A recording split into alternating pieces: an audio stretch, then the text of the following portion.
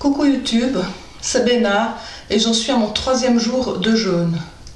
Alors aujourd'hui je suis un petit peu HS à vrai dire, je me sens faible, un petit peu instable sur mes jambes, j'ai même un petit peu de tachycardie, c'est tout à fait normal, hein. C'est juste que mon corps il est en train de switcher sur la combustion des graisses et la production de glycérol qui est ce sucre de synthèse qui permet à l'organisme de fonctionner sans apport extérieur. Alors je ne sais pas si j'en ai pas encore assez de ce glycérol ou si il est moins performant que le sucre normal, mais on a souvent un gros coup de mou à ce moment-là. Bon, les gros coups de mou, on les observe tout au long du jeûne, hein. C'est pas quelque chose de spécifique à l'entrée en jeûne. Question perte de poids, depuis hier, j'ai perdu 500 grammes de nouveau, donc je suis à 67 kilos. Ça descend tranquillement. Alors mon but aussi dans ce jeûne, c'est de faire de la désinflammation, parce que je souffre d'inflammation un petit peu à bas bruit, toujours en arrière-plan.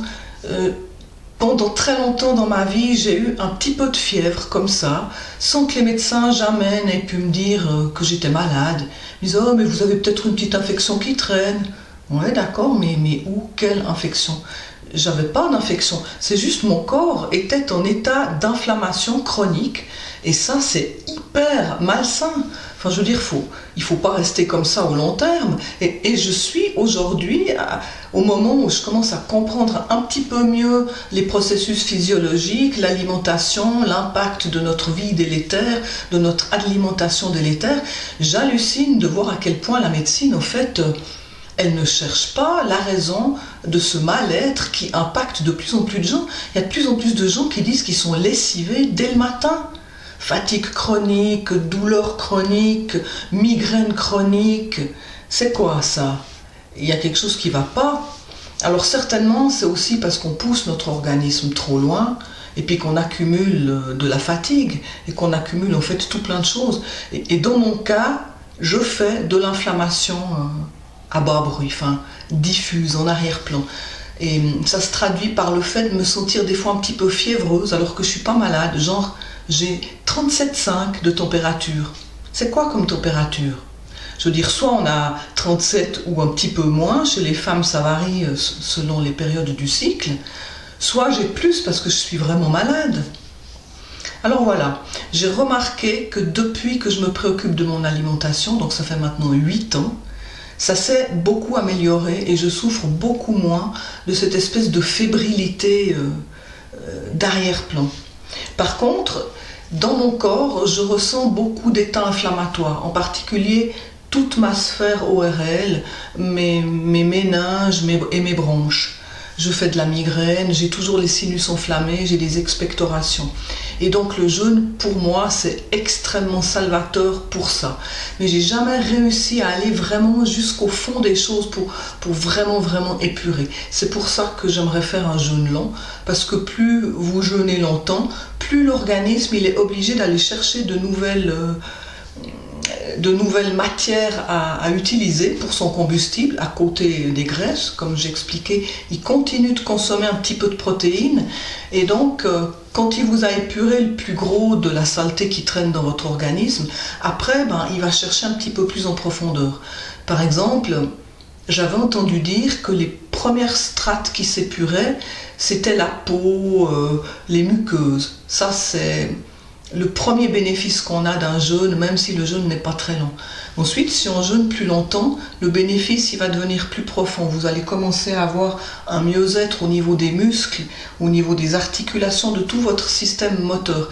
Et si vous continuez encore, ça va même descendre jusque dans vos os, ça va même vous épurer votre mental.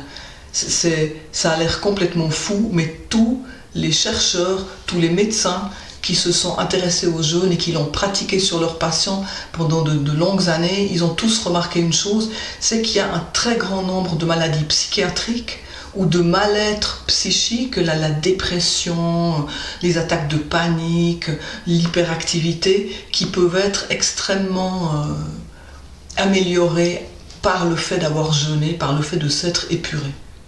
Donc moi qui suis une grande sensible, ça m'est très utile, je dois dire. Je vais mieux après un jeûne, je suis beaucoup plus positive. Donc que dire encore de la phase que je traverse? Ah oui, pour lutter contre l'acidose, parce que là je suis en plein au pic d'acidose, je pense que demain ça va régresser un peu.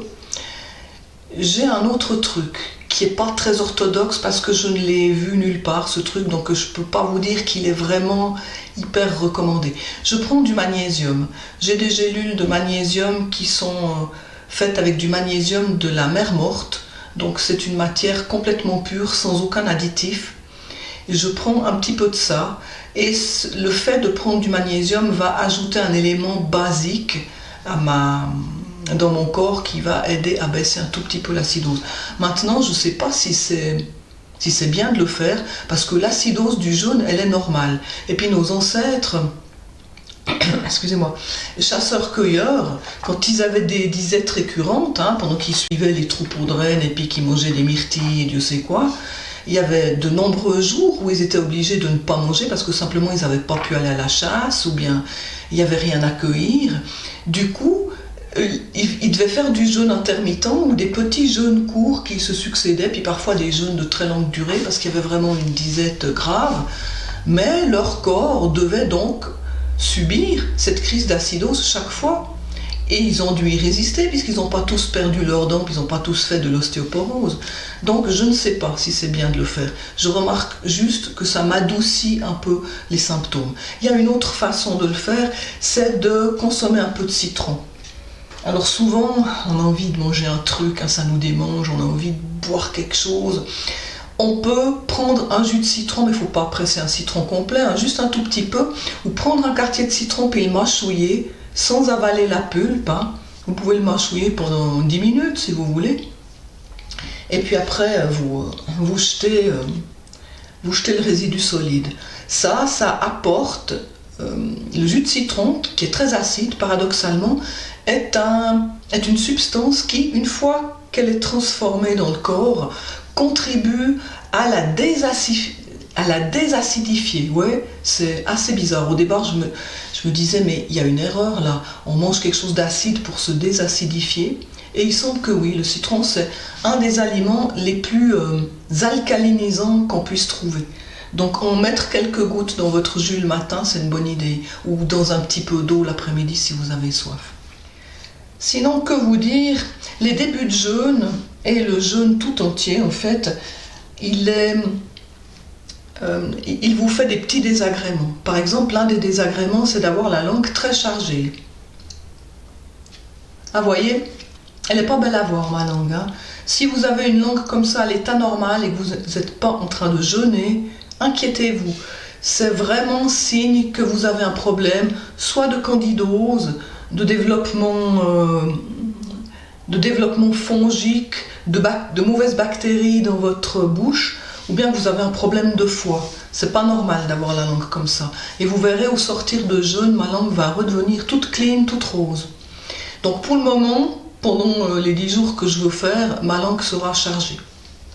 Un autre symptôme, c'est que votre urine et votre sueur vont avoir une odeur spéciale. Alors spécial, ça veut dire quoi? Ça veut dire pas comme d'habitude. Ça peut être même fort chez certaines personnes. Si vous êtes quelqu'un de très toxifié, qui commence une détox comme ça à l'arrache, vous risquez très fort d'avoir une sueur qui sent mauvais et une urine chargée qui pue elle aussi. Mais si vous êtes plus habitué au jeûne ou si vous faites un jeûne très je ne sais plus parler, vous voyez à quel point je suis HS. Si vous faites un jeûne progressif comme moi, eh ben, ça se passe beaucoup mieux. Et au fil de mes jeûnes, j'ai remarqué que ce trait, il était moins proéminent en fait. J'ai pas l'impression que j'ai une odeur corporelle particulièrement désagréable. Et mes urines, juste là, ces dernières fois où je suis allée uriner, elles n'avaient pas une odeur particulière. Donc bon, peut-être que j'ai encore pas vraiment commencé la détox à fond, mais... Voilà, c'est juste pour vous avertir que vous ne soyez pas surpris si ça vous arrive. Il y a aussi une autre chose qui se passe, c'est que vos sécrétions, quelles qu'elles soient dans votre organisme, auront tendance à diminuer. Alors, quelle sécrétion? Eh ben, le sébum, comme j'ai dit, vous allez moins graisser, vos cheveux deviendront moins vite gras, votre nez aura tendance à couler moins, et moi j'ai aussi un problème de cette inflammation de la sphère ORL, ça me fait souvent les yeux qui pleurent. Je me lève le matin et puis j'ai plein de quelque chose qui a séché au coin de mon œil parce qu'il y a eu un écoulement nocturne. Et ça s'arrête au bout de quelques jours de jeûne. Là, ça ne s'est pas encore arrêté parce que mes yeux, ils sont vraiment méchamment impactés. Puis c'est aussi quelque chose que je voudrais travailler. Ma vue va devenir plus nette, moins trouble. Et puis le jaune à l'intérieur de mon œil, enfin le blanc de mon œil, qui a tendance à être toujours un petit peu jaunâtre, ce qui est signe que mon foie est très chargé, et ben normalement il va s'éclaircir aussi. Et puis comme autre fluide, vous avez moins le nez qui coule aussi. Je l'ai dit, si vous faites du rhume des foins, au bout de quelques jours, vous n'avez plus rien. C'est absolument incroyable. Ça, alors, je l'ai vérifié absolument à chaque jeûne. Et puis, si vous êtes une femme et puis que vous avez des pertes vaginales, vous allez voir aussi qu'elles vont régresser de façon absolument stupéfiante. Alors ça m'est arrivé une fois ou deux. Ça a été réglé l'affaire, nickel. Genre, tu peux garder le même slip plusieurs jours d'affilée. Je ne vous dis pas que j'ai gardé le même slip plusieurs jours d'affilée, hein. C'est un peu sordide comme détail, mais c'est quand même quelque chose d'intéressant parce qu'il y a plein de femmes qui ont leur vie quotidienne désagrément et qui ne savent plus comment s'en sortir. Eh bien, le jeûne, c'est top. Alors, il y a un autre point que je voulais aborder aujourd'hui, c'est le problème de la faim. Parce que beaucoup de gens me disent « Mais Béna, ça fait 3 jours que tu n'as pas mangé ? Mais sérieux, t'as pas faim ? Alors, est-ce que j'ai faim ? Oui, parce qu'il faut que je réfléchisse. Il faut que je réfléchisse parce qu'en fait, la faim, c'est pas juste avoir envie de manger. La faim, c'est vraiment quelque chose qui vous dit, mais vous avez l'estomac qui gargouille, et puis il faut absolument que vous mangiez parce que vous vous sentez en état de faiblesse et de demande alimentaire, hein. Alors là, ma faim, elle est, on va dire, superficielle. J'ai plus envie de manger que réellement faim. Et je pense que demain déjà ça ira beaucoup mieux parce qu'en fait quand on est sur le mode jeûne, c'est-à-dire sur consommation des graisses avec ce fameux glycérol, et ben normalement la faim est coupée. Enfin la faim est coupée superficiellement. C'est clair que si vous passez votre journée à vous demander ce que vous pourriez manger, ce que vous allez manger, puis qu'il y a tout le monde qui cuisine autour de vous, et puis que ça sent plein de bonnes odeurs de cuisine, ça va être assez difficile de couper la faim. Alors là, par exemple, je sens ma maman qui est en train de faire des spaghettis bolo à l'étage du bas. Ça me chatouille méchamment les narines, hein, je peux vous dire. Ah, mon univers pour un plat de spag. Mais au fait, non. Si je me connecte à moi-même et si j'écoute mes sensations, je n'ai pas vraiment faim. Ce qui est bien en jeûne, c'est que mon imagination culinaire est décuplée.